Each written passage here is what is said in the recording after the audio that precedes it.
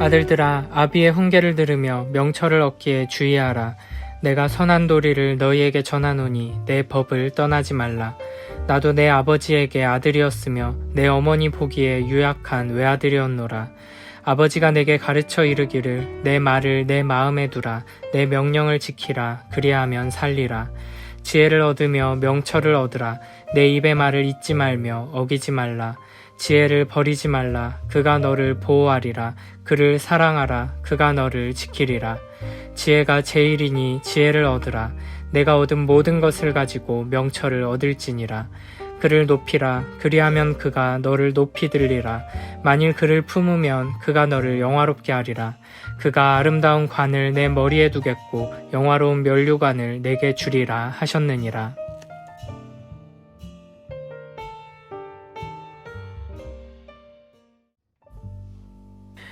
잠언 1장부터 9장의 솔로몬의 교훈에는 내 아들아로 시작하는 말씀이 10번 등장하는데 4장에는 그중 5번째, 6번째, 7번째 말씀이 들어있습니다. 1절부터 9절에서는 지혜를 얻고 사랑하라. 10절부터 19절에서는 악인의 길을 피하고 의인의 길로 가라. 20절부터 27절에서는 바른 길로 걸어가라는 교훈이 등장합니다. 1절에서는 다른 부분에서 내 아들아 라고 했던 것과는 조금 다르게 복수형으로 내 아들들아 라는 말로 시작합니다. 이는 아들이라고 부르는 이들이 특정한 어떤 사람이 아니라 지혜의 말씀을 배워야 하는 모든 자녀들, 모든 제자들이라는 것을 드러내는 것입니다. 1절, 2절에서는 이렇게 말씀하십니다. 아들들아, 아비의 훈계를 들으며 명철을 얻기에 주의하라. 내가 선한 도리를 너희에게 전하노니 내 법을 떠나지 말라. 아멘. 우리는 본성적으로 하나님께서 우리에게 주시는 말씀, 부모와 스승들을 통해 주시는 지혜의 말씀을 귀 기울여 듣지 않으려는 마음을 가지고 있습니다. 우리의 어리석음과 연약함으로 인해 훈계를 들을 때 겸손한 마음으로 받아들이지 않고 지혜를 얻기 위해 노력하지 않는 것입니다. 그래서 하나님께서는 계속해서 아버지의 훈계를 들어야 하고 지혜를 얻기 위해 항상 귀 기울이는 태도를 가져야 한다고 반복해서 강조하시는 것입니다. 아들들이 아버지의 훈계를 새겨듣고 주의 깊게 집중해야 하는 이유는 아버지가 주시는 말씀이 선한 도리의 말씀이기 때문입니다. 선한 도리는 선한 가르침, 곧 사람이 마땅히 행할 일에 대한 바른 가르침이라는 것입니다. 이어서 3절에서는 이렇게 말합니다. 나도 내 아버지에게 아들이었으며 내 어머니 보기에 유약한 외아들이었노라. 아버지도 이전에는 누군가에게 아들이었으며 아버지의 훈계를 들으며 명철을 얻은 경험이 있습니다. 또한 어머니에게는 유약한 외아들이었습니다. 연약하고 어리석은 아들이었지만 아버지의 훈계를 받고 어머니의 사랑과 보호를 받아 지혜자가 되었다는 것입니다. 그러면서 솔로몬은 아버지가 가르쳐 주셨던 말씀을 이제 자신이 아버지가 되어 아들에게 전합니다. 아버지가 내게 가르쳐 이르기를 내 말을 내 마음에 두라. 내 명령을 지키라. 그리하면 살리라. 어리석고 연약한 자녀가 가정 안에서 부모의 사랑과 돌봄을 받으며 자라나고 하나님께서 주신 지혜의 교훈과 훈계를 부모에게 배워 지혜로운 사람으로 자라나는 것. 그래서 지혜롭게 자라난 자녀가 이제는 부모가 되어 다시 자신의 어리석고 연약한 자녀에게 하나님의 지혜를 교훈하며 훈계하는 것. 이것이 하나님께서 하나님의 백성들을 지혜로 세우시는 원리입니다. 지혜는 가정과 공동체 안에서 부모와 스승들의 사랑을 통해 자녀들에게 전해지고 그 사랑을 통해 지혜를 전수받은 자녀들은 다시 지혜로운 부모가 되고 스승이 되어 자녀들과 제자들을 길러내는 것입니다. 하나님의 백성들은 자녀와 제자들을 계속해서 하나님의 말씀으로 가르쳐야 하는 책임과 의무가 있습니다. 또한 자녀들은 하나님께서 행하신 일에 대해 부모에게 질문함으로써 계속적으로 교육을 받아야 한다고 말씀하십니다. 이렇게 가정을 중심으로 부모가 자녀를 가르치고 교육하고 훈육하는 것은 우리가 이 땅에서 하나님 나라를 세우며 하나님 나라의 일꾼들을 세우는 데 있어서 가장 중요한 핵심이며 우리가 속히 회복해야 할 기초 중의 기초입니다. 다음 세대라 불리는 이들이 부모 세대와는 전혀 다른 세대가 되어버리고 점점 더 하나님을 모르는 세대, 자기 눈에 옳은 대로 결정하고 행동하는 세대가 되어가고 있습니다.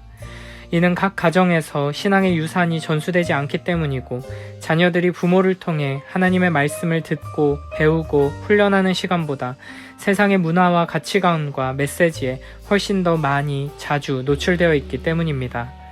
그러므로 우리는 더욱 힘써 우리의 자녀들에게, 다음 세대에게 하나님의 지혜와 말씀에 따른 삶의 원리들을 가르쳐야 합니다. 그들은 각 가정에서 부모들의 모습을 보며 교회 공동체에서 스승들의 모습을 보며 어른들의 말과 행동과 살아가는 방식을 통해 배우게 될 것입니다. 하나님께서는 분명하게 자녀 교육에 대한 책임이 부모에게 있다고 말씀하십니다. 하나님을 경외하는 바르고 경건한 신앙이 가정을 중심으로 교회를 통해 우리의 자녀들과 다음 세대에게 전수되는 것이 하나님의 뜻입니다. 그러므로 교회가 가장 중요하게 힘써야 할 것은 모든 신앙의 선배들이 부모로서 각 가정에서 자녀들의 신앙을 책임지고 가르치고 교육할 수 있는 자가 되도록 세우는 것이 되어야 하며, 모든 신앙의 선배들이 교회 공동체 안에서 함께 다음 세대들을 영적으로 무장시키며 지혜를 전수하는 자의 사명을 감당할 수 있도록 준비시키는 것이 되어야 할 것입니다. 또한 우리는 부모로서, 교회 학교의 교사로서, 교회 공동체에 속한 모든 자녀들을 책임지는 어른들로서 우리의 자녀들이 하나님의 말씀에 순종하며 살아가도록 계속해서 하나님의 말씀을 들려주고 가르치고 순종하는 삶을 통해 모범을 보여주기 위해 힘써야 할 것입니다. 5절부터 7절에서는 지혜를 얻고 사랑하라는 명령이 이어집니다. 지혜를 얻으며 명철을 얻으라. 내 입의 말을 잊지 말며 어기지 말라. 지혜를 버리지 말라. 그가 너를 보호하리라. 그를 사랑하라. 그가 너를 지키리라. 지혜가 제일이니 지혜를 얻으라. 내가 얻은 모든 것을 가지고 명철을 얻을지니라. 아멘. 아버지가 자신의 아들에게 이 귀한 지혜의 명령을 늘 기억하며 그 말에서 떠나지 말라고 가르쳤고, 그 가르침을 받은 아들이 이제 아버지가 되어 다시 자신의 아들에게 자신이 배운 것을 전해주고 있습니다. 지혜를 얻으라, 명철을 얻으라는 명령은 5절과 7절에서 반복되면서 자녀가 지혜를 꼭 얻기를 바라는 부모의 간절한 마음을 잘 드러내고 있습니다. 지혜를 얻고 잊지 않고 어기지 말며 버리지 않는다면 그 지혜가 지혜의 근원이신 하나님께서 우리를 보호해 주실 것입니다. 그리고 6절에서는 지혜를 사랑하라고 명령합니다. 지혜를 찾는 자는 지혜를 통해 일시적인 축복을 누리는 것으로 만족할 것이 아니라 지혜를 열렬히 사랑하고 끝까지 붙들어야 하는 것입니다. 그러면 지혜가 그의 사랑과 충성에 대한 응답으로 그를 보호하고 인도하며 지켜줄 것입니다. 지혜를 사랑하라는 이 명령은 모세가 이스라엘 후손들에게 주었던 주 너의 하나님을 사랑하라는 명령을 생각나게 합니다. 사랑은 감정의 차원을 넘어 책임과 명령에 대한 순종을 포함합니다. 이렇게 하나님께서는 우리를 사랑으로 하나 되는 특별한 언약의 관계로 초대하고 계십니다. 8절 9절에서는 더욱 강렬한 표현으로 지혜를 사랑하라고 가르칩니다. 그를 높이라. 그리하면 그가 너를 높이 들리라. 만일 그를 품었으면 그가 너를 영화롭게 하리라. 그가 아름다운 관을 내 머리에 두겠고 영화로운 면류관을 내게 주리라 하셨느니라. 잠언에서는 계속해서 지혜가 3인칭 여성 명사로 표현되며 여성으로 의인화되어 나타나고 있습니다. 특히 6절부터 9절 말씀에서 지혜는 신부와 아내처럼 비유되고 있습니다. 지혜자 아버지는 아들들에게 평생 함께할 신부감으로서 지혜를 찾고 그녀를 아내로 맞아 평생토록 사랑하며 끝까지 버리지 말고 붙들라고 명령하고 있는 것입니다. 그래서 8절 말씀은 그를 높이라가 아니라 그녀를 높이라, 그녀를 품으라 라고 읽는 것이 좋습니다. 그 지혜를 아내로 맞이해서 항상 곁에 두고 사랑하면 지혜가 우리를 보호하고 지켜준다는 것입니다. 우리는 마치 신랑이 신부를 존귀하게 여기듯이 지혜를 사랑으로 품어주고 높여줘야 합니다. 지혜의 가치와 의미를 바르게 깨닫고 귀하게 여겨야 하는 것입니다. 그러면 결혼식에서 신랑이 영광스러운 관을 수여받듯이 지혜는 지혜자를 영화롭게 하고 그 머리에 영화로운 면류관을 씌워줄 것입니다. 9절에 아름다운 관이나 영화로운 면류관은 결혼식에서 신랑과 신부가 연합하는 것을 상징하는 의미로 신랑의 머리에 관을 씌우는 전통을 배경으로 하고 있는 표현입니다. 또한 전쟁에서 승리한 자에게 수여하는 관이나 새로운 직책을 맡은 관리에게 수여하는 관을 떠올리게도 합니다. 여호와를 경외하는 지혜로운 부모의 가르침을 귀 기울여 듣고 순종하는 지혜로운 자녀들은 이처럼 하나님의 보호하심과 인도하심 안에서 큰 영광과 존귀를 누리게 되는 것입니다. 이 세상은 참다운 존귀와 영광이 돈이나 권력과 같은 세상의 가치에서 나온다고 말합니다. 그래서 이 세상에서 성공하고 행복하기 위해 이 세상을 항상 가까이 두고 사랑하며 추구하도록 우리를 압박합니다. 그러나 참된 성공과 행복 그리고 존귀와 영광은 지혜를 아내로 맞이한 신랑이 될 때 누릴 수 있게 되는 것입니다. 세상의 노예가 되는 것이 성공의 지름길이 결코 아니라는 것을 기억하며 지혜를 신부로 맞이하는 영광스러운 신랑이 되기 위해 거룩하신 여호와 하나님을 신랑으로 맞이하는 아름다운 신부가 되기 위해 더욱더 겸손히 아버지의 말씀을 듣고 그 말씀에 순종하는 복된 우리 모두가 되길 축복합니다. 7절에서는 내가 가진 모든 것을 다 바쳐서라도 명철을 얻으라고 명령합니다.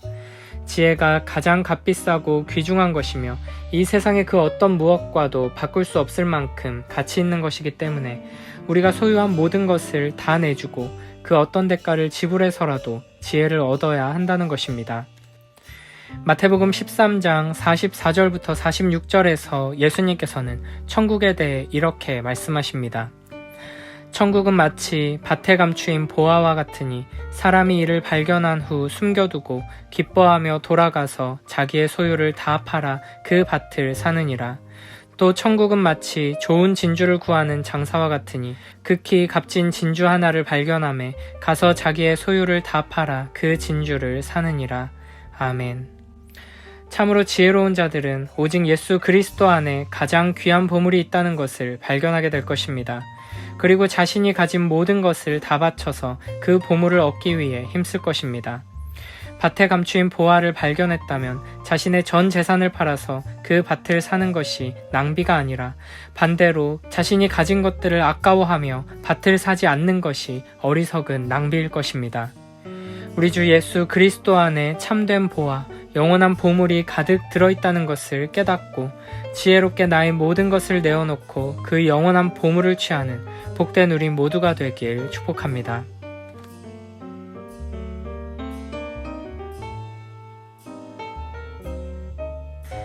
아이들아, 너희는 아버지의 훈계를 잘 듣고 명철을 얻도록 귀를 기울여라. 내가 선한 도리를 너희에게 전하니 너희는 내 교훈을 저버리지 말아라. 나도 내 아버지에게는 아들이었고 내 어머니 앞에서도 하나뿐인 귀여운 자식이었다. 아버지는 내게 이렇게 가르치셨다. 내 말을 내 마음에 간직하고 내 명령을 지켜라. 내가 살 것이다. 지혜를 얻고 명철을 얻어라. 내가 친히 하는 말을 잊지 말고 어기지 말아라. 지혜를 버리지 말아라. 그것이 너를 지켜줄 것이다. 지혜를 사랑하여라. 그것이 너를 지켜줄 것이다. 지혜가 으뜸이니 지혜를 얻어라. 내가 가진 모든 것을 다 바쳐서라도 명철을 얻어라. 지혜를 소중히 여겨라. 그것이 너를 높일 것이다. 지혜를 가슴에 품어라. 그것이 너를 존귀하게 할 것이다. 그 지혜가 아름다운 화관을 너의 머리에 씌워주고 영광스러운 왕관을 너에게 씌워줄 것이다.